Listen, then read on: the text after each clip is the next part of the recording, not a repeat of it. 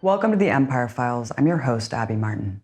We started this show in 2015, and since then we've maintained the premise that the U.S. empire is not only a huge expanse, but is constantly expanding. Contrary to those who say the U.S. empire is in decline, the war machine has been on a continuous march forward to swallow up new regions and markets, no matter the president.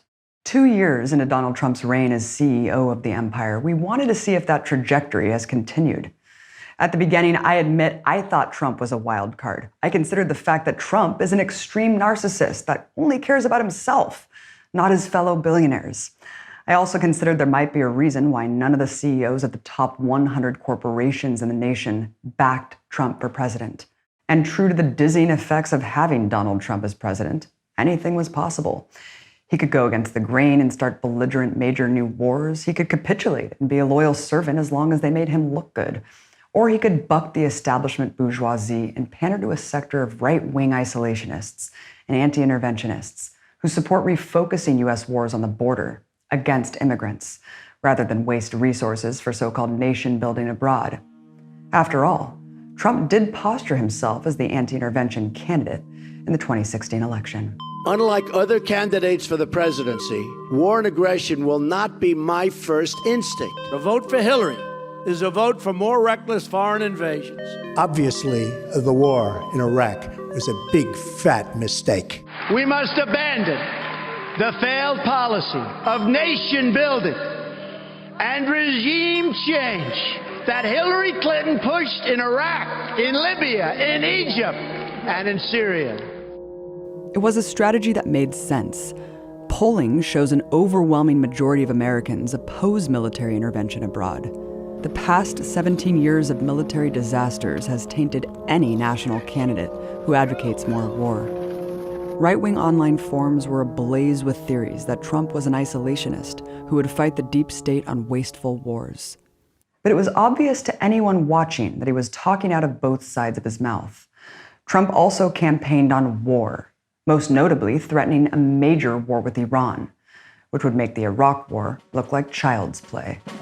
With Iran, when they circle our beautiful destroyers with their little boats, and they make gestures at our people that they shouldn't be allowed to make, they will be shot out of the water. Okay? Believe me. Not only that, but one of his main campaign promises was a major escalation of war and brutality in the Middle East. I will knock the hell out of ISIS. We have to knock the hell out of them. I'm gonna bomb the shit out of them. It's true. I don't care. I don't care. I would bomb the hell out of ISIS, We're yes. already bombing ISIS. What would you do differently? I would increase the frequency like you wouldn't believe. We're going to win. We're going to win fast. Great. More violence. His threats exceeded carpet bombing, though. He even evoked the genocide of Muslims in the Philippines as a model, and the legend that General Pershing executed civilians with bullets dipped in pig's blood and buried their bodies with pig carcasses. This is a problem that has gone on. General Pershing had the problem in 1919 in the Philippines with radical Islamic terrorism. And he handled it a certain way. I think you probably know that story. It's a very gruesome story. But you know what? The problem didn't exist for 48 years after that happened. He essentially campaigned on a massive expansion of the bogus war on terror. Far from isolationist, Trump presented himself as more of a heartless warmonger who thought human rights were a barrier that needed to be smashed, that the violence of the war machine was too soft, too restrained. They asked me, what do you think about waterboarding, Mr. Trump? I said, I love it. I love it. I think it's great.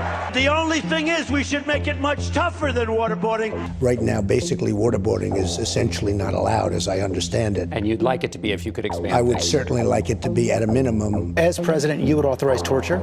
I would absolutely authorize something beyond waterboarding. We have to beat the savages. And therefore throw all rules out. We have to beat the savages. By being savages. No, look, you have to play the game the way they're playing the game. George, you have our enemy cutting heads off of Christians and plenty of others by the hundreds, by the thousands. Do we win by being more like them? Yes. When I was a young man, I studied medieval times. That's what they did. They chopped off heads. So we're going to chop off heads? Perhaps, if that happens to come. Candidate Trump didn't just lament the restraint on American war crimes around the world, but also the financial restraints on the military machine. Somehow, Trump argued that the country with the biggest military budget in the history of the world was actually too small. I am the most military-based and the most militaristic person on your show. I want to have a much stronger military. We currently have the smallest army since 1940. I will rebuild our military. It will be so strong and so powerful and so great. Candidate Trump has turned out to be a pretty good predictor of a President Trump. And it should have been clear to everyone what kind of president he would be when he handpicked his cabinet, stacking it with the craziest neocon outliers, ones too insane even for the Bush administration, and more generals than any cabinet since World War II, who are literal war criminals. He even bragged about giving the Pentagon maximum power to act, free from annoying checks and balances. And true to his word, he also shattered all records for our already obscene military budget. Before Trump came in, it was already larger than all of these countries combined. But apparently that wasn't enough. So within his first year, Trump kicked in the biggest defense budget in history, close to $1 trillion. My first budget will be submitted to the Congress next month, and it will include a historic increase in defense spending to rebuild the depleted military of the United States of America at a time we most need. The increase in military spending alone equates to more than Russia's entire annual military budget.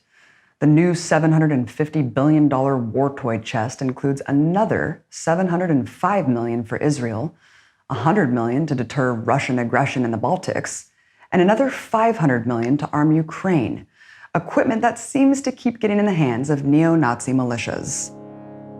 But the most interesting part of this budget is the spending increase for what's called overseas contingency operations, which includes maintaining troop deployments in U.S. bases as well as new and expanding outposts. Since 2011, this spending has been capped by a federal statute, but Trump blew the caps off by $80 billion. This could not have happened without Congress, or the full endorsement of the Democratic Party establishment. There is a bipartisan consensus in Washington to maintain the U.S. empire, along with its 800 military bases.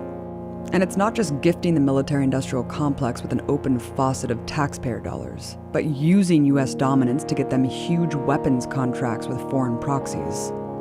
Obama oversaw some of the biggest arms deals in U.S. history, selling more than $115 billion in weapons to Saudi Arabia alone, the most of any U.S. administration.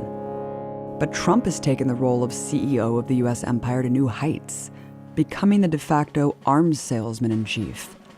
The United States makes by far the best military equipment in the world, the best jets, the best missiles, the best guns. I'm proud to report that Poland has recently purchased a state-of-the-art Patriot missile system, and we're exploring ways to expedite the sale of American military equipment to Japan. I went to Saudi Arabia on the basis that they would buy hundreds of billions, many billions of dollars worth of things. Japan just gave us some numbers that are incredible. They're doubling the amount that they are going to be buying. I said, you have to do me a favor. We don't want these big deficits. You're going to have to buy more. But I really learned since being president, our equipment is so much better than anybody else's equipment. When you look at our companies, Lockheed and Boeing and Grumman. There's great talent around this beautiful room, and thank you all for being here. Between the head of Boeing and the head of Lockheed and the head of Raytheon and the head of everything else, we have them all. We have them all around, so thank you all for being here. That's an honor. Particular country ordered, you'll never guess who this is, about $110 billion worth of equipment. And I assume you'd like to keep those orders, probably? Yes, sir. Trump made it a priority to lift Obama-era restrictions on selling weapons to countries committing human rights abuses, like Bahrain. U.S. diplomats were also instructed to become literal conduits for weapons manufacturers and push arms sales as part of their jobs. In Trump's first year, the State Department approved more than $75 billion in overseas weapons sales, topping the previous record of $68 billion in 2012. It's only ramped up since. In the first 6 months of 2018, the DoD brokered weapons deals to foreign proxies alone, worth $46 billion. More than the $41 billion worth of deals made during all of 2017. By pumping obscene amounts of cash into the war machine, while gleefully endorsing bombing and torture, Trump makes it clear to his friends that business will be booming for a long time. Richard Albalafia of the military think tank Teal Group said of the policy shift, "Diplomacy is out. Airstrikes are in. In this sort of environment, it's tough to keep a lid on costs." It's paid off for America's 5 biggest defense contractors, whose stocks have more than tripled in the last couple years. We're told it costs too much to have Medicare for all. Yet money was no object when he ordered the DoD to establish a Space Force as a 6th branch of the military, projected to cost at least $13 billion in the first 5 years. But our destiny beyond the earth is not only a matter of national identity, but a matter of national security, so important for our military. Just like the air, the land, the sea, space has become a warfighting domain. It is not enough to merely have an American presence in space. We must have American dominance in space, and so we will. The idea to militarize space was first proposed by the Bush administration in their PNAC blueprint for the War on Terror. Trump is just another neocon puppet, eager to fulfill their stormtrooper fantasy. Not to mention the fact that alongside passing this record military budget, it was paid for with budget cuts to society's most vulnerable, in particular, hungry children. But Trump isn't just making sure kids in the United States go hungry, but children in every country deemed our enemies. Because the US dollar drives the global economy, the empire frequently wields sanctions to bend countries to its will.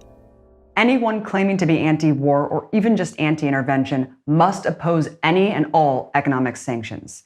Make no mistake, sanctions are war, and not in a hyperbolic sense. They are real attacks that kill real people. The impact of sanctions is never discussed in the US media. They're always treated as a kind of soft solution, with the assumption that they only affect society's corrupt elites. These are assumptions nowhere close to reality. Sanctions hurt the most vulnerable, and by design. That's why they intentionally target medicine, clean water, and access to food. The logic of sanctions is, if you kill and starve enough innocent civilians, they'll blame their own government and rise up and overthrow them so American forces don't have to waste any blood doing so. Their genocidal impact cannot be overstated. Looking at Iraq alone, US sanctions in the 90s that blockaded medicine from the country killed 500,000 Iraqi babies. That's the true face of sanctions. They're not an alternative to war. Sanctions are war in every way. So what has Trump done with the daggers of US sanctions? He's shown the true face of his foreign policy. Obama implemented hundreds of sanctions during his tenure, but Trump is ramping them up in nearly every region, adding hundreds more in just his first 2 years. The most destructive application of sanctions has been in Iran, where Trump upended Obama's historic nuclear deal and added 143 sanctions that have since debilitated their economy. Then there's North Korea, where people give Trump credit for peace between the North and South. Amazingly, despite the media's rhetoric of Trump bowing down to dictators, he has installed 80 new sanctions on the DPRK, compared to the 74 applied by Obama. In Syria, Trump has authorized a stunning 287 new sanctions. That's almost double the amount applied under Obama. He's administered 43 new sanctions on Libya so far. In Russia and Ukraine, Trump has defied the notion he's a Putin puppet by sanctioning the region 105 times so far, for everything from annexing Crimea, to the alleged meddling in the 2016 election, to the attempted poisoning of Sergei Skripal. Not to mention the 43 cyber sanctions put on the figures alleged to have hacked in the DNC. Next is Venezuela. Even though Obama added 7 sanctions during his term, Trump's laser focus is set on destroying the country once and for all. He's already employed 63 new sanctions to strangle Venezuela and undermine any chance for economic recovery. He's imposed many more sanctions on independent, progressive countries like Cuba and Nicaragua. What do all these countries have in common? It's not some standard of democracy or human rights. It's that they all are independent of US domination. They chart their own path and decide what's done with the wealth of their own country. The biggest thing they have in common is that none of them pose any threat to us. It would be bad enough if the Trump administration was only expanding economic warfare on these countries, but they're taking it much further. Any corner of the globe we look to, we see that he is indeed expanding the US empire's influence and operations. He has ratcheted up with new fire and veracity, covert and overt regime change operations, expansion of military bases, massive increases in bombings and civilian casualties, and belligerent escalations that put us on the brink of catastrophic war on multiple fronts. As we'll show in this multi-part series, Trump Expanding the Empire, that whether or not Trump pisses off, offends, or even destabilizes powerful sectors of the imperialist state, he has only put war and militarism on the march. It may be confusing how Trump is still making proclamations about stopping endless wars, but we have to look at his actions, not his rhetoric. And yes, there is growing opposition to Trump within the halls of power, but not because they think Trump is going to rein back the empire, because he's simply self-absorbed and unpredictable. With all the praise about the most diverse Congress in history, you can't seem to find any diversity in opinion when it comes to continuing US imperialism. We can't let the Democrats steer the resistance away from where it needs to be, in the streets, linking our struggles, fighting the expansive US empire.